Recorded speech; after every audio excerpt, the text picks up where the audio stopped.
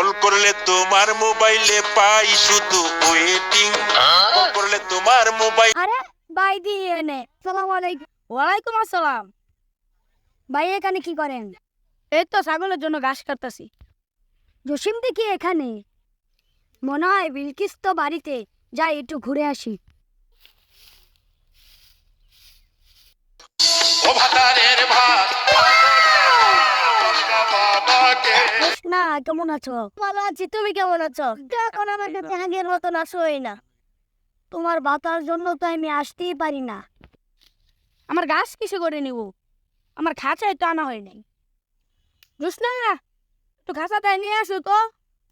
কখন ডাকলাম, এখনো আসতেছে না। বাড়িতে কি করতেছে?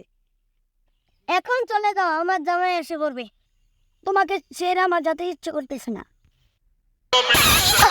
না, ও জোসনা। ওরে শালা, আমার বউয়ের সাথে পরে কি করা? দাঁড়া, আজকে তোকে খাইছি।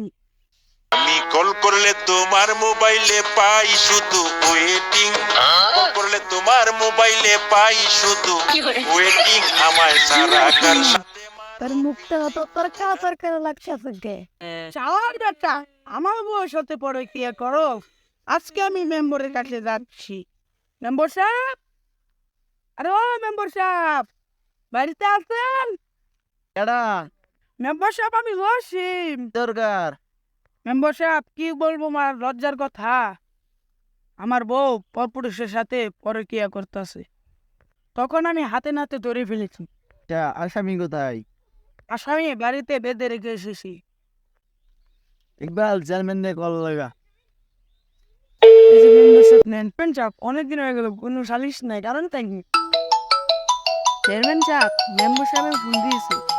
হ্যালো চেয়ারম্যান সাহেব, আসসালামু আলাইকুম। ওয়ালাইকুম সালাম। চেয়ারম্যান সাহেব, একটা সালিশ আছে। ও, এই ব্যাপার। আচ্ছা, আমি সকাল 10টার সময় আইতেছি, তোমরা উপস্থিত থাকো। আচ্ছা চেয়ারম্যান, আমি সকাল 10টার সময় সবাইকে রেডি রাখবো।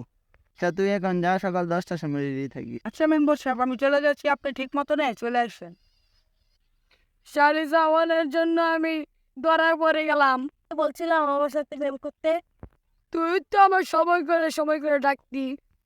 চেয়ারম্যান সাহেব, এই বউয়ের চরিত্র নষ্ট হয়ে গেছে। এই বউ আর আমি রাখছি। তুই কি পাগল হয়ে গেছিস নাকি? এটাতে কি হবে? হ্যাঁ, আর চেয়ারম্যান সাহেব রাগ করছেন কেন? চেয়ারম্যান সাহেব, এটা রাখেন। চেয়ারম্যান সাহেব, সালিশটা যেন আমার পক্ষে আসে। আচ্ছা তুই যা, তুই কোনো চিন্তা করিস না, সাড়ে স্তর পক্ষে যাবি, যা। মেম্বার সাহেব, কি বিচারে আছি, একটু পান টানের ব্যবস্থা করেন। চেয়ারম্যান সাহেব, পানের ব্যবস্থা তো করা হয়েছে। এই নেন পান। তোদের ঘটনা রেখে যা বুঝলাম, জসিমের বউ রুকনার সাথে রফিক পরকিয়া করতো। সেম তার বউ আর রফিককে হাতে নাতে ধরে ফেলেছে। যা হয়েছে চেয়ারম্যান সাহেব, আমি আর এই শালির বেটিকে ঘরে রাখছিনি। তাহলে তুই তোর বউকে ঘরে রাখবি না? না চেয়ারম্যান সাহেব, আমি আর এই শালির বেটিরে ঘরে রাখছিনি। চেয়ারম্যান সাহেব, আমি এই শাড়ি সওয়ালকে আমি ঘরে তুলতাম না। এই বউ তুইও নেবে না, ও নেবে না, তো এই বউ যাবে কোথায়? চেয়ারম্যান সাহেব, আমি রফিকের বাড়ি যাব। আমি এই বউ নেব না। প্রেম করার সময় মনে ছিল না?